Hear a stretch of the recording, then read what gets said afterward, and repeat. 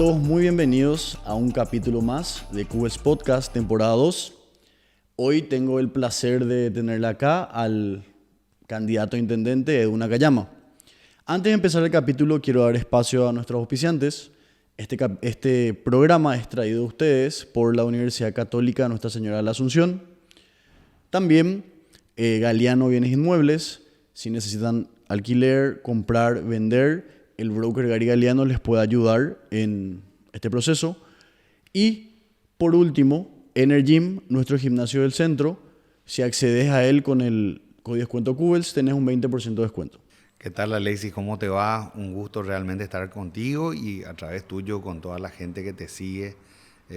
Muy feliz de poder compartir algunas de estas ideas que creo que va a ser de interés también para todos. Sí, porque cuando empecé el podcast yo no tenía planeado meterme en política, porque yo siempre decía, no, yo soy apolítico, no voy a meter en esas cosas. Y es un grave error. El precio a pagar por no meterse en política es ser gobernado por tiranos, como se dice. Entonces, bueno, empecé a hablar con ciertos candidatos, con diputados, para ver un poco qué podemos hacer con nuestro país. Y vamos a empezar por lo más pequeño, ¿verdad? Por nuestra ciudad. Y te quería preguntar un poco cuál es tu formación, para saber, así más que nada por curiosidad, vos qué estudiaste y por qué dijiste, bueno, voy a ser intendente. ¿Qué fue lo que hiciste? Así, voy a intentar hacer algo, porque meterse en política es complicado. Muy complicado. Muy complicado. Muy complicado. Bueno, yo hice el jardín de infantes aquí en la famosa Escolinha de Artes de la Embajada de Brasil. O sea que muy cerca de donde estamos filmando ahora. Hice la primaria y la secundaria en el Colegio Cristo Rey, donde egresé en el año 1997. Y posteriormente inicié la carrera de Derecho.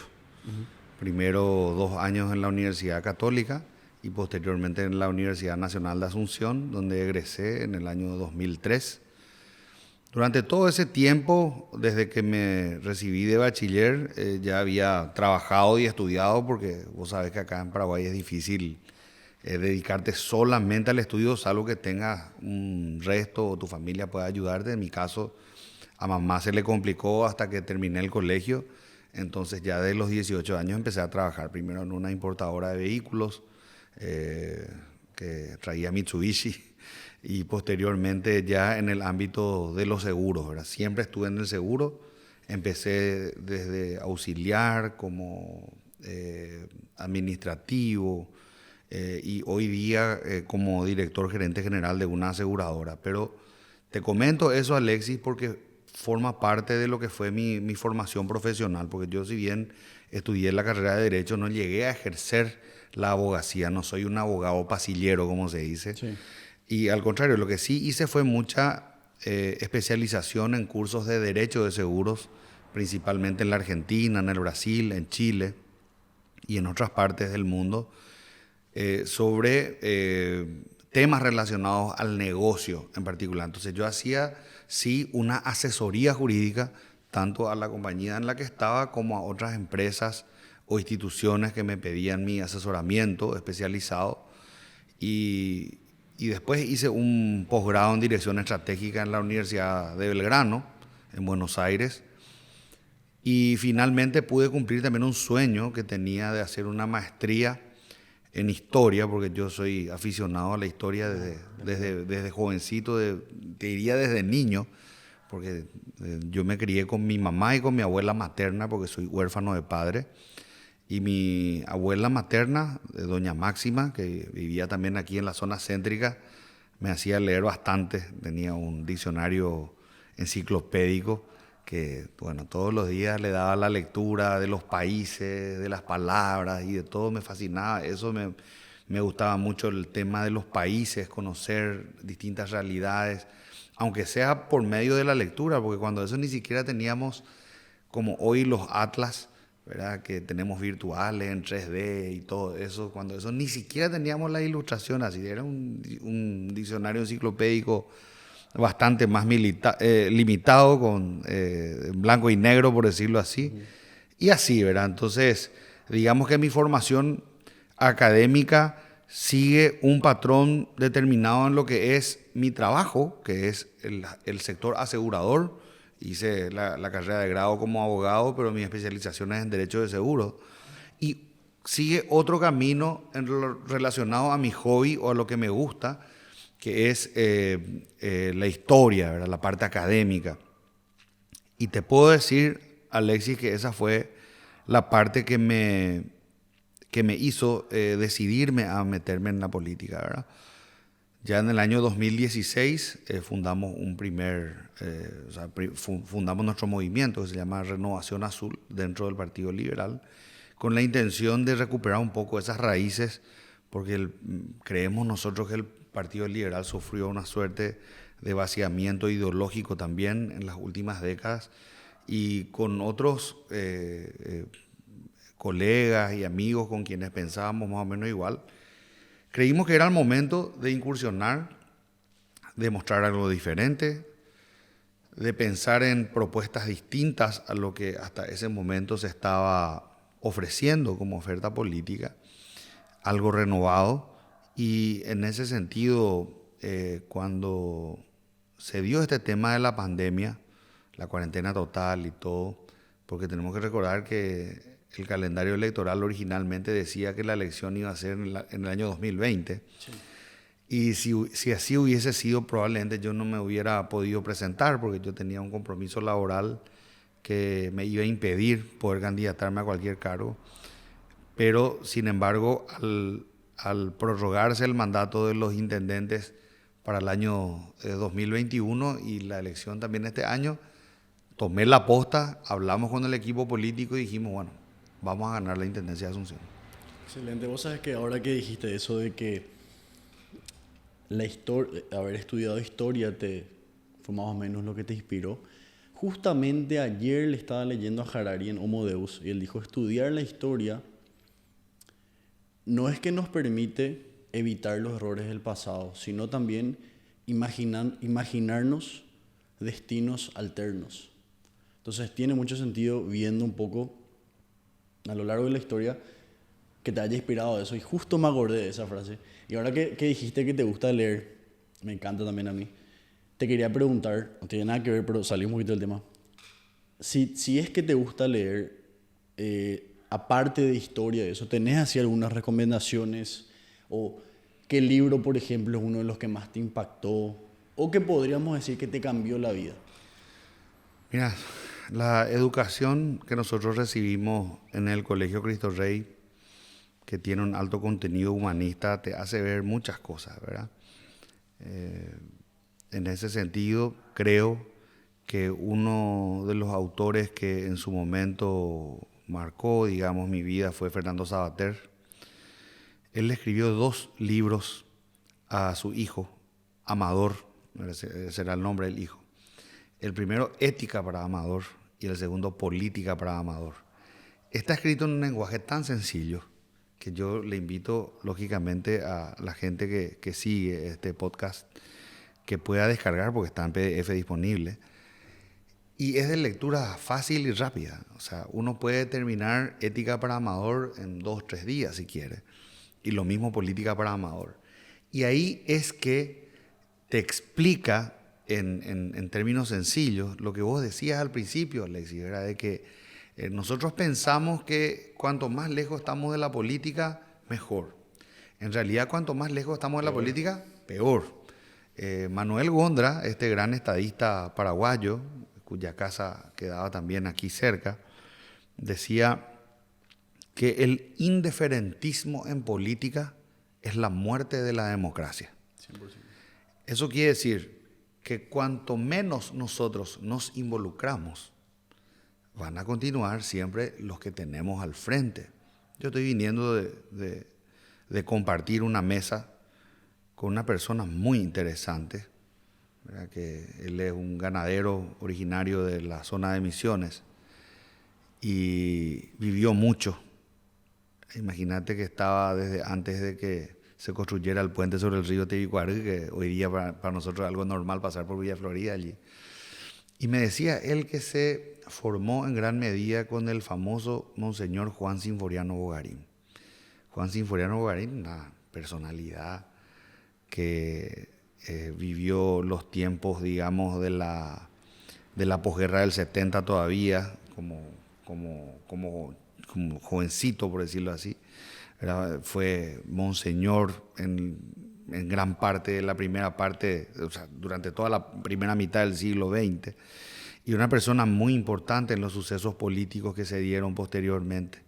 Y me decía esta persona, y ahí estoy totalmente de acuerdo con Harari, en que en el año 65 aproximadamente, Bogarín les decía que estaba preocupado ya por el vaciamiento político e ideológico que iba a haber en la postdictadura. Imagínate, estaba hablando 20 años o más de 20 años antes que caiga la dictadura. Sin embargo, él decía, con la cantidad de exilios que se dio, como se enviaron todas las mentes preparadas fuera del país, ¿verdad? Por cuestiones políticas, se estaba dando se iba a dar el fenómeno del vaciamiento y que ese iba a ser el principal desafío, ¿verdad? Para las sociedades postdictatoriales, ¿verdad? Entonces yo creo que ese escenario, si bien se retrasó unas décadas, fue incluso peor, Alexis, ¿verdad? Y por eso celebro que vos y que otras personas más, porque sé que hay otras personas más también de nuevas generaciones, me incluyo, ¿verdad? Que también estoy interesado en involucrarme en esto, podamos de alguna manera colaborar en llenar ese vacío.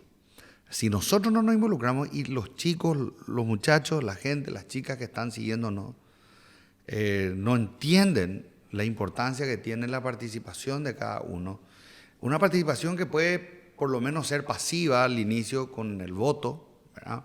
Pero por lo menos decidiendo quién va a ser, porque el no elegir también te convierte en cómplice del verdugo que te va a venir.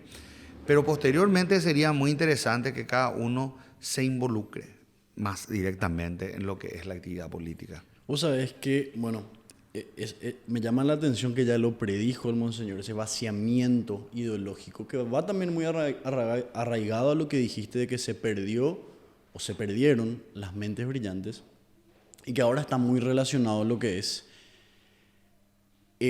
Ahora como que la gente está en piloto automático. Todo es contenido superficial. Anda a decirle a alguien que lea un libro. Y yo te puedo hablar con propiedad porque yo soy docente. Yo enseño hace 10 años y a mí me preocupa la situación actual. O sea, no se dimensiona. No, yo creo que la gente no ve lo trascendental que es el problema. Es muy grave lo que está pasando porque me vienen chicos y yo sé que cero interés absoluto, todo es lo superficial, lo que nos venden. Que bueno, dentro de todo eso es lo que quieren, porque esa es la manera de perpetuar el status quo, ¿verdad? Pero justamente por eso arrancamos esto y yo siento que, bueno, aunque sea así 2, 3 personas deciden inmiscuirse un poquitito en la política, esa después es como un dominó, esa otra, y así vamos. Y bueno, ahora, yo quiero preguntarte, ¿qué podemos hacer? Y más o menos, ¿cómo podemos empezar a construir algo? Porque si miramos la situación actual, Asunción, como te dije detrás de cámara, a ver si podemos arreglar yo me refiero así a Asunción, es un cuchitril, porque no puede ser. Vos tenés acá un edificio de miles de dólares y acá nomás tenés una villa. O sea, son cosas que no hay coherencia, vos no podés salir a la calle tranquilo. Algo, por ejemplo, que yo justamente el otro día estuve haciendo un video, te cuento. Me fui al centro a comprar lomito, quería comer un lomito. Y hay un monte líbano ahí sobre Palma. Conozco. Sí, estaba hace muchísimo. Me voy, llovía, entonces no iba a esperar enfrente de la lomitería. Estacioné acá enfrente, literalmente son ni 50 metros, ni media cuadra, nada. Me voy, pago mi lomito y me voy a esperar en la camioneta. Estoy ahí. Y hay un cuidacoche. Y me dice, ¿y para la tortilla? Yo no le entendía porque tenía tapabocas. ¿Qué? Le dije. Me dice, ¿y para la tortilla? ¿Qué? Le dije. ¿Y para la tortilla algo me tenés que dar? Me dijo.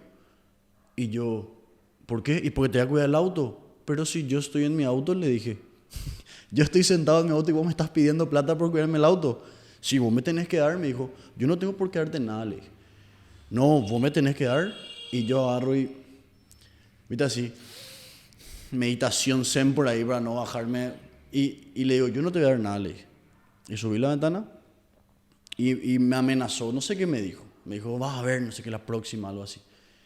Bueno, evidentemente yo tengo la seguridad con mi persona porque hago artes marciales hace muchos años, entonces yo pude sobreponerme a esa situación. Y yo conté esa historia en mi Instagram y me escribieron así muchísimas chicas a contarme todo lo que les pasaba. De que le pinchaban las ruedas, de que le rayaban el auto. Y atendé esta historia. Una chica me cuenta que le conté a Fabri, detrás de cámara, que quería ella salir y el tipo le pedía 30.000 y que ella no quiso. ¿Y sabes lo que le hizo? Le rayó el auto, se puso enfrente de su auto y literalmente dice que se puso a cagar enfrente de su auto. ¿Te das cuenta a lo que se tienen que exponer las personas que no se pueden defender? Y te quería preguntar, yo ya entro luego por ahí porque ese es uno de los temas que más me aquejan. Y después sí ya quiero escuchar las demás propuestas que podemos hacer. Pero ¿cómo podemos paliar lo que es el caso Cuida Coches, Limpia Vidrios? Que me contó, por ejemplo, Fabri detrás de cámara, que él también presenció como un limpia vidrio a unas chicas, le pidió plata, no le quisieron pagar, que le levantó el limpia vidrio y le amenazó que le iba a pegar la ventana, que le intentó abrir. ¿Cómo podemos paliar eso?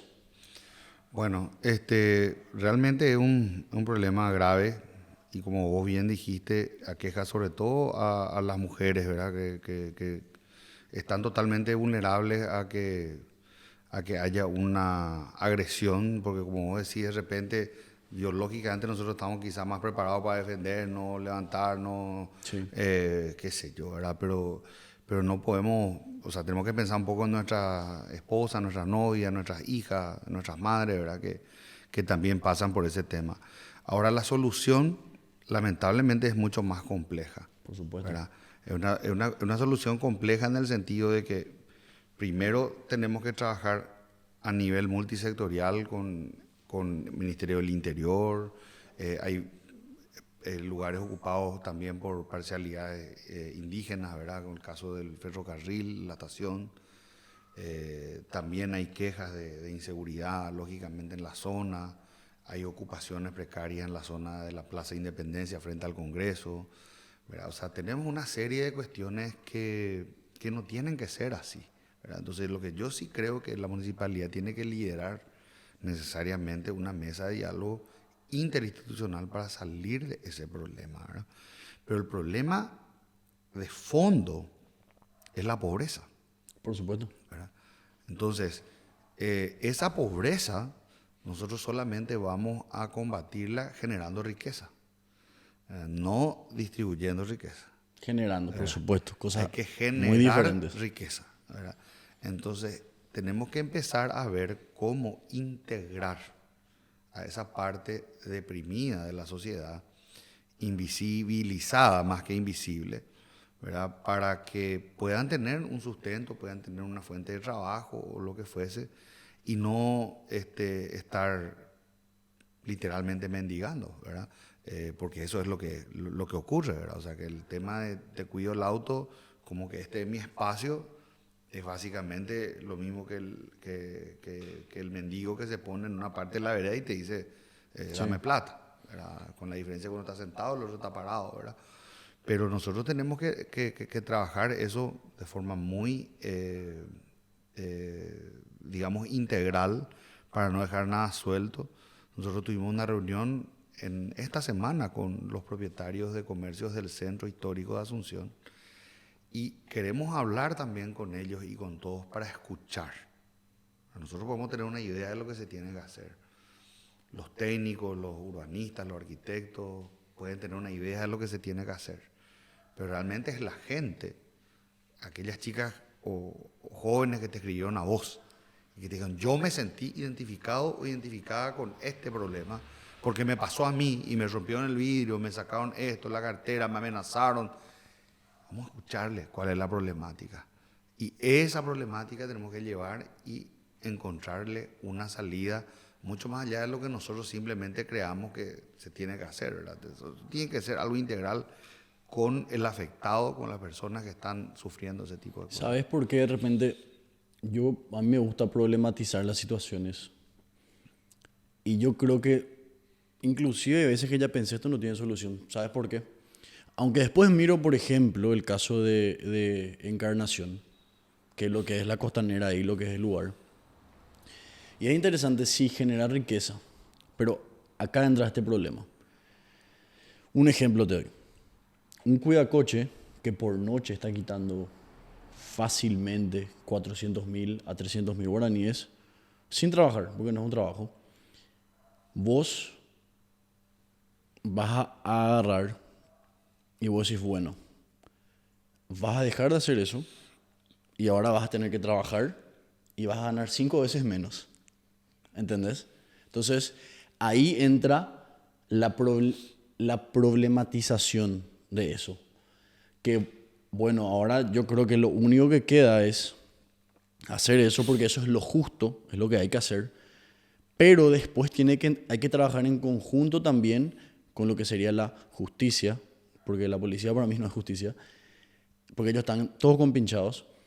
Y si logramos sacarles de eso y logramos hacerles trabajar para generar riqueza, ya sea poner más negocios, modernizar la zona costanera, todo eso, va a haber gente que estoy seguro va a seguir queriendo estar en el mismo modus operandi, que es amenazar por dinero. Y yo creo que ahí van a tener que trabajar con la policía porque es la única manera de mantenerles a raya. No sé si entendés. Sí, totalmente, ¿verdad? Ahora, fíjate lo siguiente, Alexis. Ese problema también se tiene con la gente que planta cannabis o marihuana, ¿verdad? Porque es un cultivo sumamente rentable, sobre todo en zonas como San Pedro, Amambay, ¿verdad? Incluso Cazapá y hasta hay plantaciones urbanas, ¿verdad? Sí. Y muchas. Entonces es un negocio rentable, ¿verdad? Entonces no es que vos le decís, ¿sabes qué? Vas a dejar de plantar esto, vas a plantar mandioca. Claro. La misma cosa, ¿te das Sí, cuenta? lo mismo, Es la lo misma mismo. cosa, ¿verdad? Entonces, pero eso pasa un poco también por esa educación que vos estás diciendo de lo ilegal y lo legal, ¿verdad? ¿Cómo hacemos para pasarle a esta gente que está en una situación de informalidad A lo formal. a una situación formal, ¿verdad? Nosotros estamos trabajando porque el principal drama que se tiene, Alexis, es el siguiente. Nosotros tenemos prácticamente un cuarto de la población de Asunción viviendo en Los Bañados. Sí. Son 100.000 personas, más de 100.000 personas, 27.000 familias, un poco más seguramente a hoy. Entonces, allí no hay. Olvídate de la policía, como dijiste vos. No existe. No hay justicia que pueda hacer desalojo a 100.000 personas, no existe cantidad de patrullas, es imposible. Y ahí tomo también lo que vos mencionabas hace rato, que realmente es un cuchitril, ¿verdad? La ciudad. Entonces, la ciudad realmente está tan mal, y yo le daba el ejemplo a la gente del comité técnico con el que estábamos hablando, urbanista, ingeniero y demás, porque hay momentos en los cuales se tiene que amalgamar lo teórico con lo práctico, aterrizar a lo real, ¿verdad? Por decirte de alguna forma, vos podés tener un amigo arquitecto, una amiga arquitecta y le decís, hacemos un diseño de una casa. Y te hace un diseño de una casa tipo, no sé, un actor de Hollywood, pero vos le decís, che, pará, está todo bien, pero yo no tengo la plata para pagar ese diseño que me está diciendo. Mármol de Carrara, alfombra, no sé, todos los chiches. No tenés. Entonces vos tenés que saber qué hacer para poder aterrizar un poco. Y hablábamos con los técnicos y lo ideal, Alexis, es que nadie viva por debajo de la cota 64. La cota 64 es el límite de crecida del río Paraguay. Por supuesto, 100%. O sea, la lógica te dice que vos no podés estar viviendo en un lugar donde ya se sabe que se va a inundar. Ya se sabe, no es algo que... Y no es algo de hace 2 años. No es algo de hace miles de años. O sea, es algo cíclico que se va a dar sí o sí y que vos ya sabés que va a pasar. Entonces por eso se dice que los bañados son de los bañados. O sea, los bañados son del río. No es de la gente, es del río. Ahora bien, ¿cómo hacemos en esta situación? Porque esta es una ciudad con una bomba atómica, ¿verdad? No, O sea, y como dijo Leti también, es como escarbar entre cadáveres, porque, o sea, tomar la claro, posta ahora de intentar ahí arreglar la solución. sumándolo de la bomba atómica con lo que dijo Leti, Sí. ¿verdad? Todo Es mezclado. no, pues me parece espectacular porque creo que el ejemplo va a dar, ¿verdad? Y de repente podemos hablar también de medicina legal en este tema. Si vos tenés, por ejemplo, un asesinato o tenés un caso de una muerte sospechosa, ¿qué se hace? Una autopsia, ¿verdad? Sí. Eso es lo que se tiene que hacer, ¿verdad? Se le llama al médico legal, al forense, se examina el cuerpo y se dice las causas de la muerte fueron tal cosa. Y se procede después a hacer la ceremonia de sepultura, todo completo como es normalmente. ¿Qué hace cuando tenés 400.000 muertos en una ciudad? No vas a poder hacer Autopsia de todo. autopsia a todo. No, menos va a poder hacer una ceremonia ni nada. No va a poder. Lamentablemente va a tener que a la mayoría incluso enterrarla sin identificarla. Sí. Correcto, ¿verdad? Porque si no va a tener un problema sanitario pasado mañana.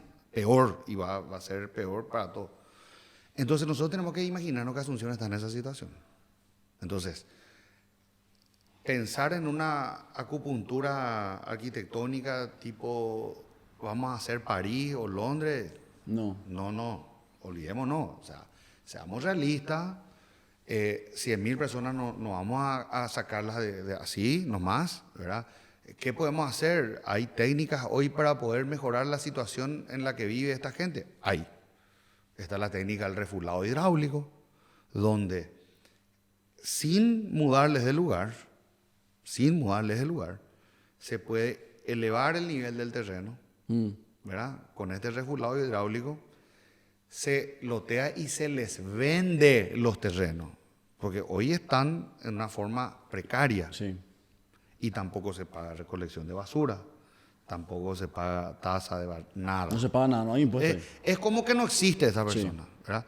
En cambio, si nosotros ya sabemos que está ahí, ¿por qué no hacemos una medida para que estas personas puedan pasar a tener una vida más digna, ¿verdad? Sí. Y les titulamos, les entregamos el título, le vendemos a 20 o 30 años también, no importa. Pero ya sabemos, acá vive Juan Pérez, en número de cuenta corriente catastral, número tanto. Y acá se le puede dejar la factura de la luz, del agua y genera un impuesto inmobiliario y una tasa de barrido y de recolección de basura. Es un ciudadano más.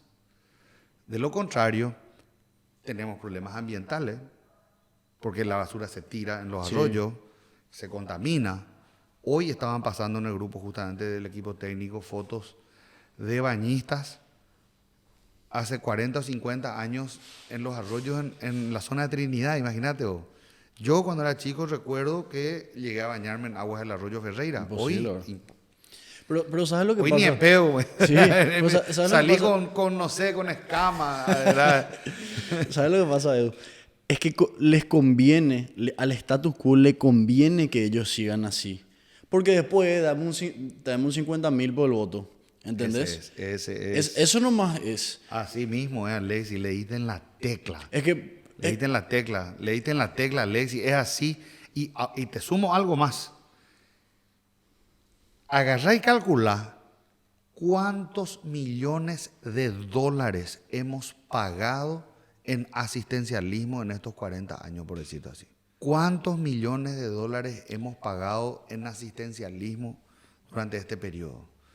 ¿Cuántos millones hemos gastado en reparación de plazas, de parques, de áreas verdes?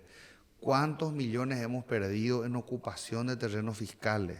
O sea, si nosotros nos ponemos a analizar la problemática de una manera económica, nos vamos a dar cuenta que hace rato hubiese sido 1000 veces más conveniente que así inseremos las cosas, que activemos eso desde el punto de vista contable como un activo, que eso nos vayan pagando los que viven en esos lugares a 20 años o 30 años, que sea una cuenta a cobrar para la municipalidad en vez de que genere un gasto. O sea, yo creo que hay mecanismos y herramientas cuando existe voluntad política. Tenemos que agarrar, sentarnos, ver con los técnicos, con la gente que maneja catastro, con la gente que está en registros públicos, con la gente que maneja temas municipales, con los urbanistas, ingenieros, arquitectos y sobre todo,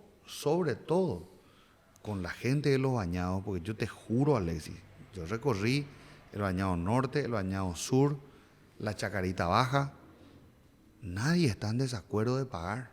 Sí, eso me sorprende. Yo no Te me esperaba. juro por Dios, Alexis. La gente me dice, nosotros queremos pagar, no tenemos problema.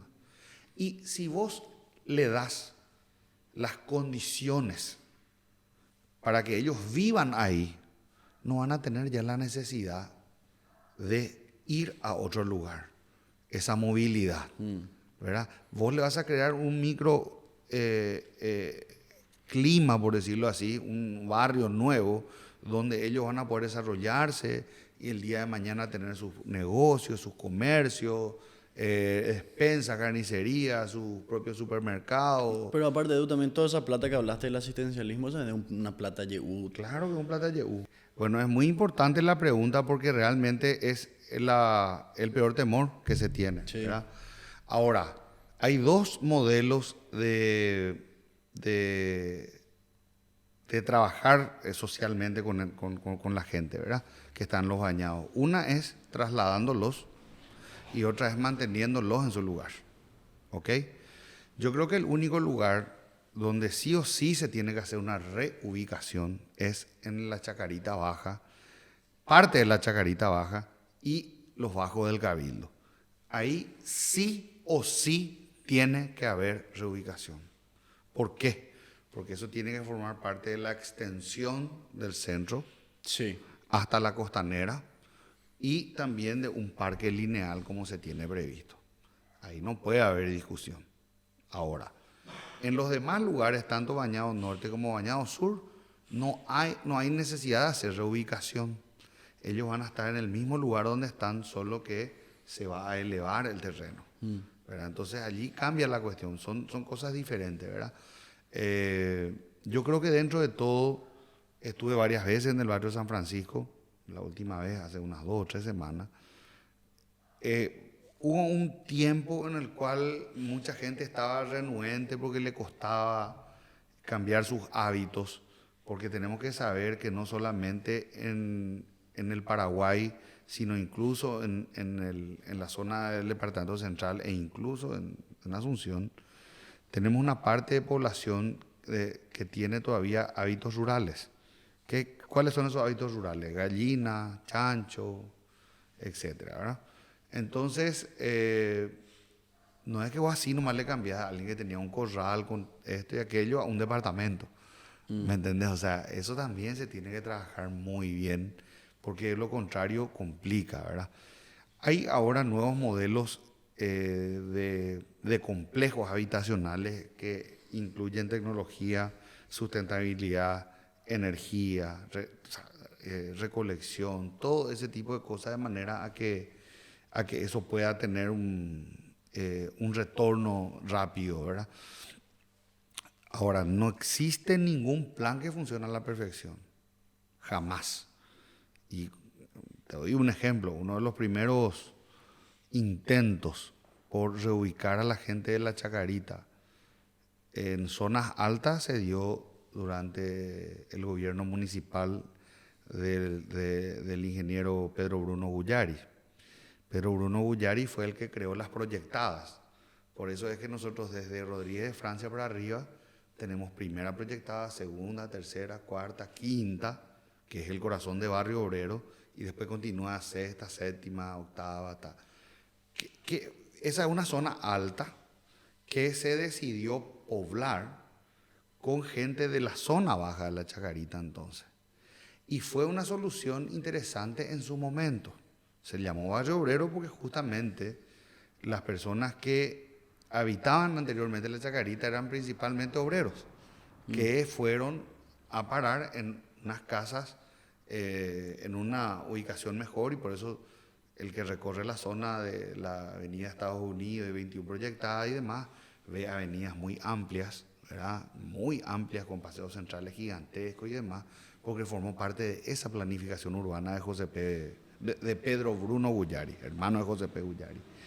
Entonces, en ese entonces se solucionó el problema, pero no al 100%, porque hubo nueva gente que se instaló nuevamente en la Chacarita, ¿verdad?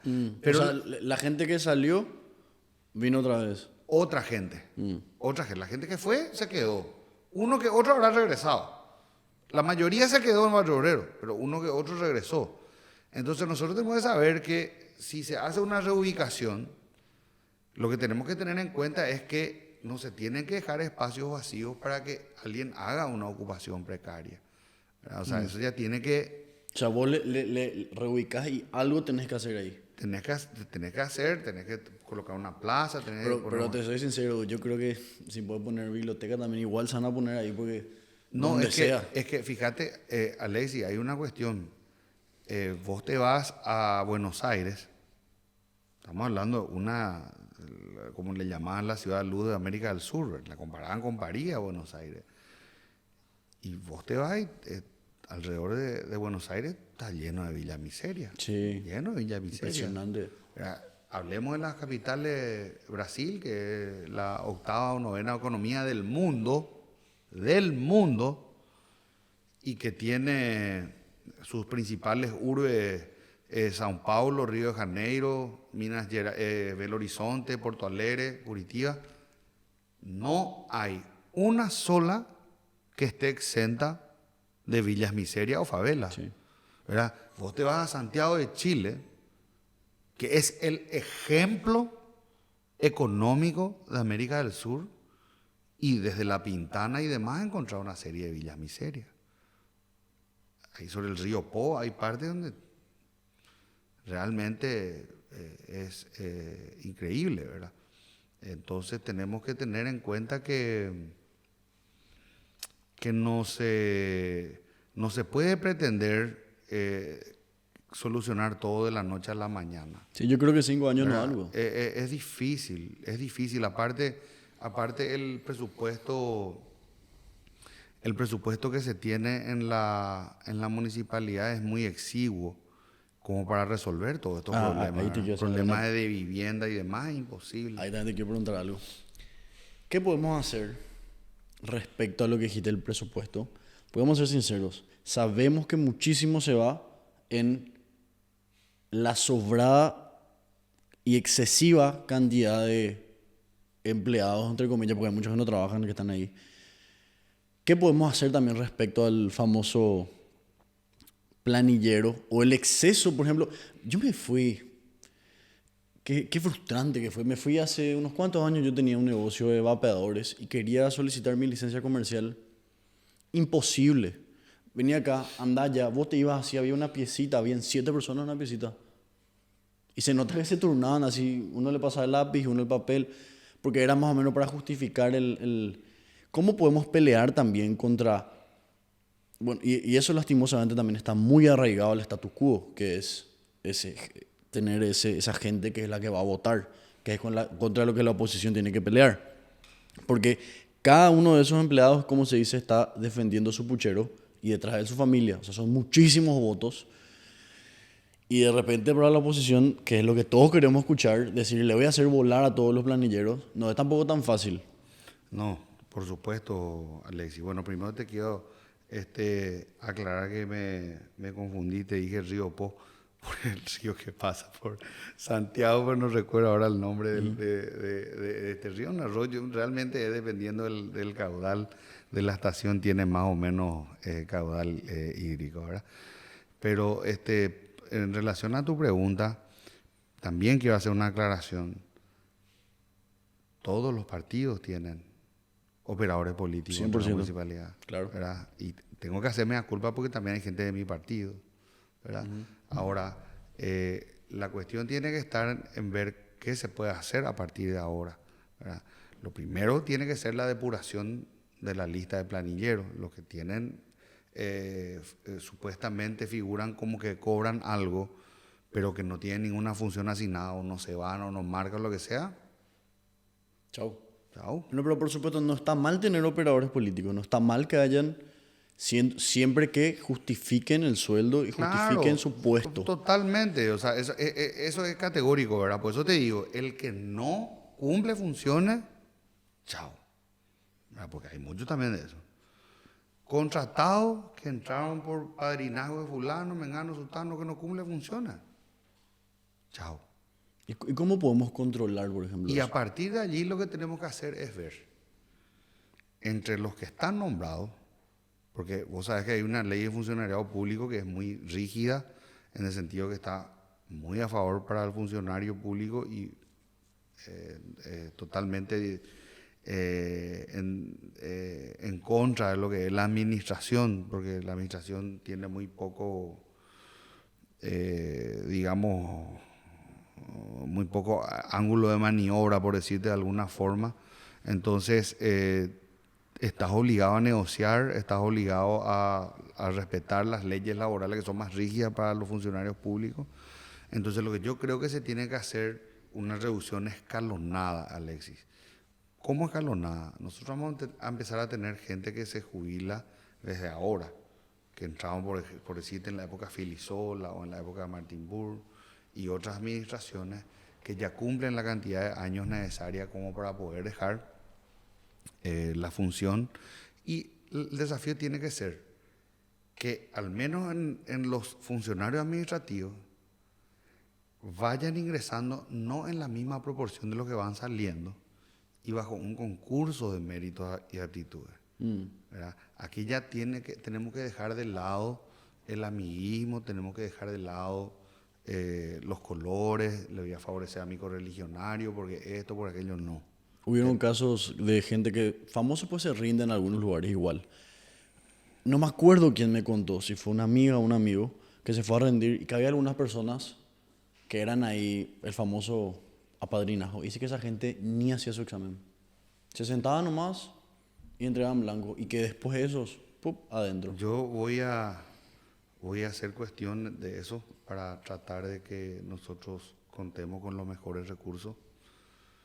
Yo estoy acostumbrado a selección de personal. Durante todo este tiempo he trabajado con muchísima gente. Lógico, el hecho de que vas a una selección no quiere decir que te va a salir bien. Claro. ¿Verdad? También vos contratás a alguien que a una primera impresión te pareció una persona, un profesional que reúne los requisitos y terminó no cumpliendo los requisitos. Pero son cosas que tenemos que ir puliendo, ¿verdad? Con entrevistas y demás. Hay que buscar la manera, ¿verdad? Pero tenemos necesariamente que hacer un filtro para tener a las mejores personas trabajando. No hablo de cargos de confianza, ¿verdad? Porque hay cargos de confianza donde lógicamente tenés que darle a la gente que está trabajando contigo, De de tu confianza. equipo, con lo que vas a llevar adelante los proyectos y demás, ¿verdad? Pero fuera de eso, indudablemente las personas que van a entrar en la parte administrativa tienen que ser personas por mérito. Es lo ideal y es mi sueño de repente que este país sea un poco más meritocrático, que es un poco difícil. Pero te quería preguntar también si podrías más o menos hacerme un resumen. Bueno, ese fue el tema. Cada problema es tan grande y tiene tantas aristas que vos no podés luego hablar completo en 10 minutos, ¿verdad? Pero, ¿cuáles son los puntos fuertes, las aristas así, bueno, mejor, hago así. Tenés tu figura geométrica. ¿Cuáles son tus vértices más fuertes donde vos vas a apuntar? ¿Qué es lo primero que vas a intentar? Lo primero y lo fundamental, Alexis, es sanear la administración. Porque si no saneas la administración, no vas a poder hacer el resto de las cosas. O sea que eso es condictio sine qua non. Tienes que sentarte, hacer un buen trabajo de gabinete, es decir, afinar los números, ver dónde se está gastando la plata, consultorías, contratos, superfluos, direccionamientos, quiénes son tus principales proveedores, quiénes son los que están detrás, ¿verdad? Eso hay que hacer primero. Una vez que vos empezás a ordenar eso, te fijas en en cómo se está gastando esa plata. Si esa plata está conforme a los precios de mercado o no, ¿verdad? Que no salgamos con los famosos café de oro, tallarín de oro, no sé, sombrero de oro o lo que fuese de oro, ¿verdad? Hay que empezar a pagar lo que se puede y se tiene que pagar conforme a las reglas del mercado, ¿verdad? No te digo, lógico, hay veces que vos tenés un servicio y te puede salir más caro de lo que compras en la fábrica, se entiende, ¿verdad? Pero tampoco te puede salir 10 veces el precio de un producto, ¿verdad? Un foco no te puede salir 400.000 como vimos hace semanas o meses atrás. O sea, hay que empezar a cuidar ese tipo de cosas. Por eso creo que lo fundamental es la administración. Quiero contar algo, Edu. ¿Te das cuenta cómo en este país está tan normalizado robar así? Que no es lo único que roban, es un robo descarado ya. Un foco 400.000 es así. Ya está tan instaurado eso que no calienta. Así se hace nomás.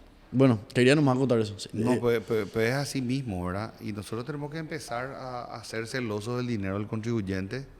Tenemos que empezar a cuidar eso. Yo creo que en ese sentido, mi experiencia en la administración puede ayudar a buscar una mayor eficiencia, una optimización de los recursos. Y posteriormente ya tenemos que empezar a destinar los recursos a los planes que necesita la ciudad.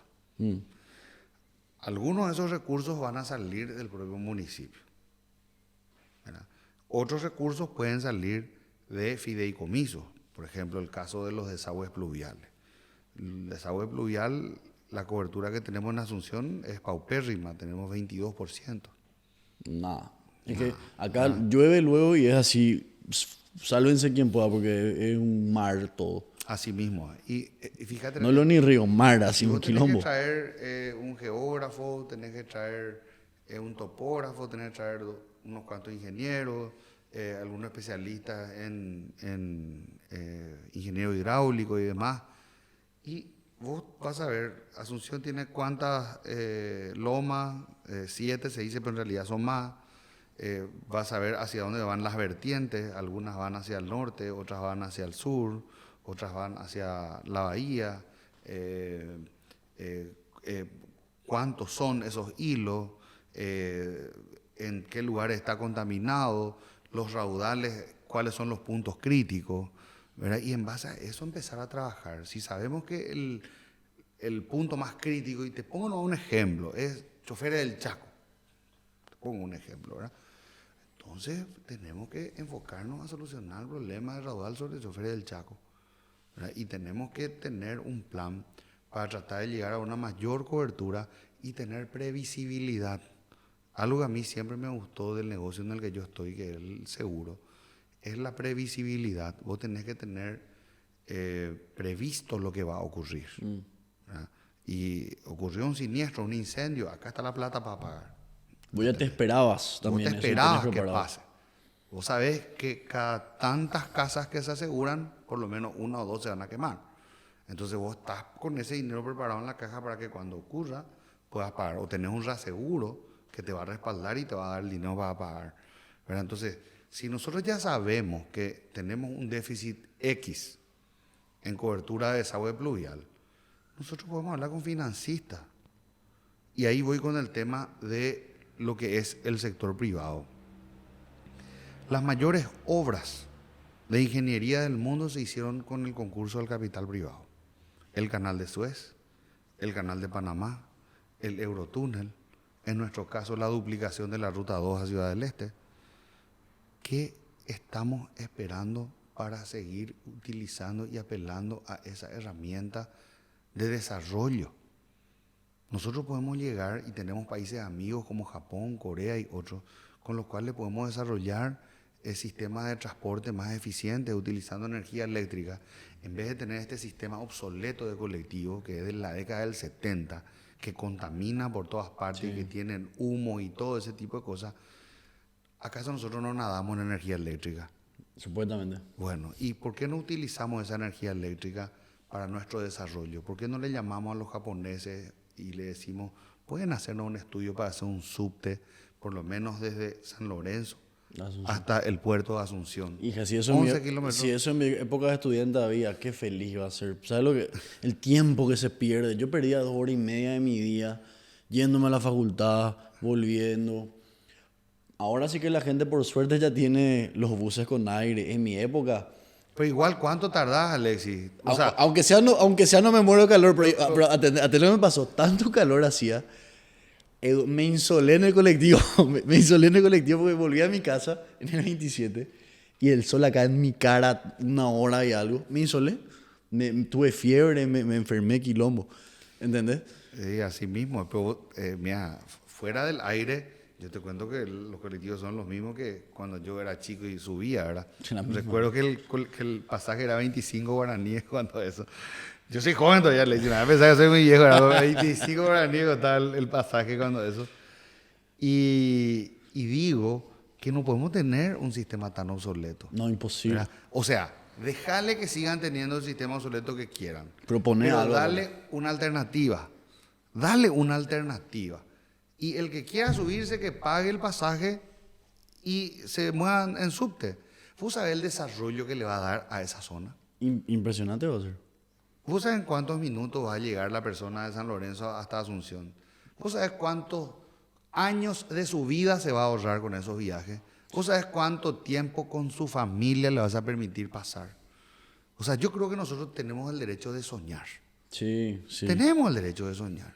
Por lo menos que nos digan, Alexis, Eduardo, hicimos el estudio y no se puede hacer. Magnífico. Aunque sea se intentó. No importa, pero se intentó. ¿Es factible o no es factible? Y Eduardo parece que no. Pero bueno, ya está, se hizo el intento. Y entonces nosotros decimos a la ciudadanía, señores, nosotros queríamos hacer esto, pero lamentablemente esto. Y acá hay plata. Alexis, yo siempre, yo hice un estudio, recuerdo en la facultad, para el curso de finanzas públicas, porque siempre me gustaban los números, pensé que estaban derechos, sobre los empréstitos que sacaba el Paraguay.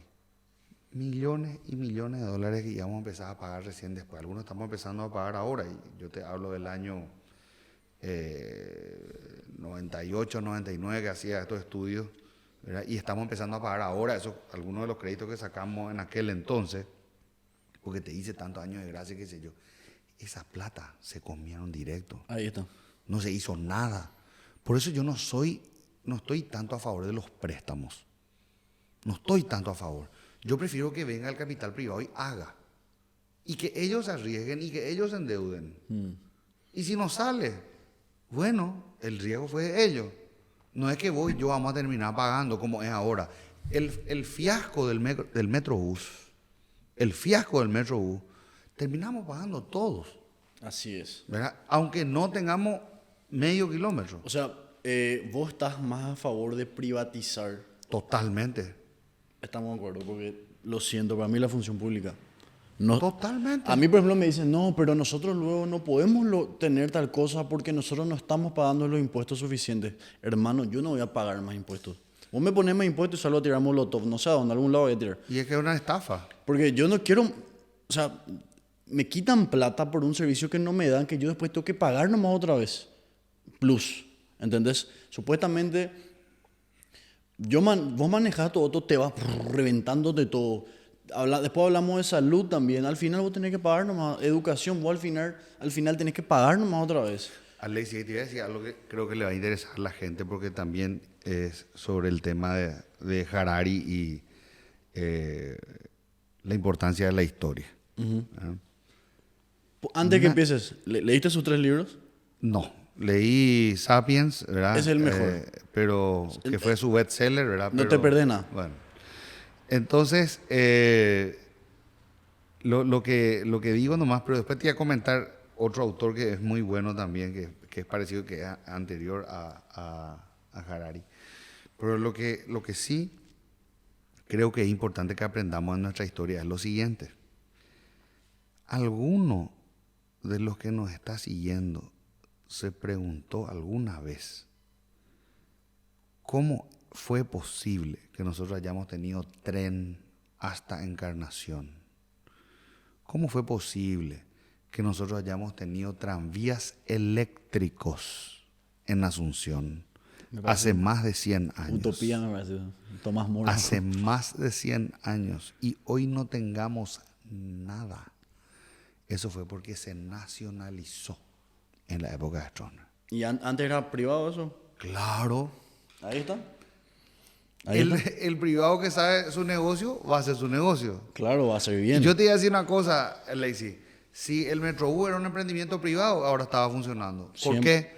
Porque el que invierte su plata va a terminar la obra, porque cuanto antes la pone en funcionamiento va a recuperar. Claro. ¿Por qué se terminó antes la ruta 2, la duplicación? Porque cuanto antes se terminaba, iban a cobrar el peaje. Entonces nosotros tenemos que entender que el capital no es un demonio. Es, como decía Eligio Ayala, la herramienta más poderosa del desarrollo económico. Ese es el capital. Entonces nosotros tenemos que entender de que quien invierte en nuestro país es porque quiere que su capital en nuestro país crezca más de lo que puede crecer en otro lado. Y eso es legítimo. Pero ahora pues, ¿sabes? Lo se le ve al que produce como el malo, el patrón. No sé por qué de repente este progresismo está medio fuerte así y se ve como algo malo privatizar. No sé, porque se están enriqueciendo los dueños de tal empresa. Si es por mí, por favor, que se vuelva millonario, pero que me dé algo que me sirva. Es así, sin problema. Sí, mira, sobre todo, Alexis, yendo ya al tema también de lo que son las experiencias de los distintos países, ¿verdad? Uno puede llegar a buscar una distribución, digamos, cuando vos llegaste a un punto de desarrollo X. Llamarle Noruega, llamarle Suecia, llamarle Japón. Claro. Pero cuando vos sos Paraguay y tu PIB no te da, si vos agarrás el PIB de Paraguay, que es, creo que $5.000, no sé en cuánto estará exactamente, pero vamos a ponerle más o menos 5.000, y vos dividís los $5.000 en 12 meses, ¿verdad? ¿Cuánto te da? Te arroja $380, $400 por persona por mes. ¿Qué va a pasar? Mucha gente no va a verse privada de multiplicar, va a perder su empresa, va a perder todo, gente que va a perder su empleo. ¿Y con esa plata qué va a hacer? Al final va a ser rico, no va a ser rico. Tampoco. O sea, no vas a matarle a la gallinita los huevos de oro y aparte vas a matar la economía. Pero eso no es lo peor. Al poco tiempo, como decía Eusebio Ayala, los que tienen el capital, que es también recursos intelectuales, por eso se habla de capital humano, sí, van a volver a florecer. Sí. Y las desigualdades y las diferencias van a volver a aparecer. Entonces nosotros lo que tenemos que hacer es apostar a la educación. La educación, y eso también se puede hacer a través de gobiernos locales. Hemos hablado de eso con la doctora Sofía Scheidt, que es especialista, doctora en educación. Y hemos hablado con ella sobre las experiencias justamente en Japón, en Singapur, en Taiwán, en Corea, de cómo ellos apuestan a la educación en gobiernos locales, ¿verdad? Porque es lo que hace que sean motores de desarrollo, ¿verdad? Y eso se ve a mediano y largo plazo con un retorno espectacular. Aquel que, por decirte, anteriormente estaba limpiando el vidrio, aprendió electricidad, y el tipo gana mucha más plata instalando aire acondicionado, no, y aparte, haciendo instalaciones eléctricas. Es dignidad. Claro. Pero yo por ejemplo, eso te pregunto, vos como posible futuro intendente, ¿vos podés tener impacto en la educación? Se puede tener. ¿Cómo, por ejemplo? Se puede tener. Fíjate, Alexis, en el caso de la municipalidad, que es un gobierno local, tiene muchas funciones que se superponen con otras instituciones del gobierno central. Ejemplo, tiene una dirección de cultura y turismo. En el gobierno central está una Secretaría de Cultura y está una Secretaría de Turismo. Vos tenés una dirección de deportes, vos ya tenés una Secretaría de Deportes. Vos tenés, no sé, para cada cuestión o el tema de salud, Si allá tenés el Ministerio de Salud, en el caso del gobierno local, tenés el policlínico municipal, las escuelas municipales. O sea, hay que ver cómo hacer para coadyuvar en esto. Y te voy a dar un ejemplo claro. Salud y educación siempre se habla que son cuestiones básicas. De hecho, estamos de acuerdo todos en que tanto salud como educación son principalmente obligaciones del gobierno central, ¿verdad? Sí. A través del Ministerio de Salud, a través del Ministerio de Educación, que tiene un presupuesto enorme para eso. Ahora, ante esta pandemia, se quedó al descubierto la incapacidad de poder llevar adelante algunos programas, algunos proyectos y de atender a toda la población que estaba padeciendo con la pandemia del COVID. ¿Qué pasó? ¿Quién resaltó? ¿Quién saltó como una figura diferente al resto? Un intendente municipal, el de Villa Elisa, Ricardo Estigarribia, ¿verdad? Creó, hasta ahora creo que 3 pabellones de contingencia, 2 fábricas de oxígeno, ¿verdad? Que están proveyendo no solamente para Villa Elisa, sino para otros hospitales. O sea, el tipo, disculpame, me quiero parar para aplaudirle, ¿verdad? Sí. Porque es un capo, ¿verdad? Sí. Un crack, es Ricardo Estigarribia, es un crack, ¿verdad? Entonces, ahí nosotros podemos ver cómo se puede hacer cosas bien cuando uno tiene voluntad política. Así es. Bueno, Edu, un verdadero placer conversar. Se fue volando la hora, ni me di cuenta. Antes de cerrar, le quiero dar espacio a nuestros auspiciantes. Este programa fue traído a ustedes gracias a la Universidad Católica Nuestra Señora de la Asunción.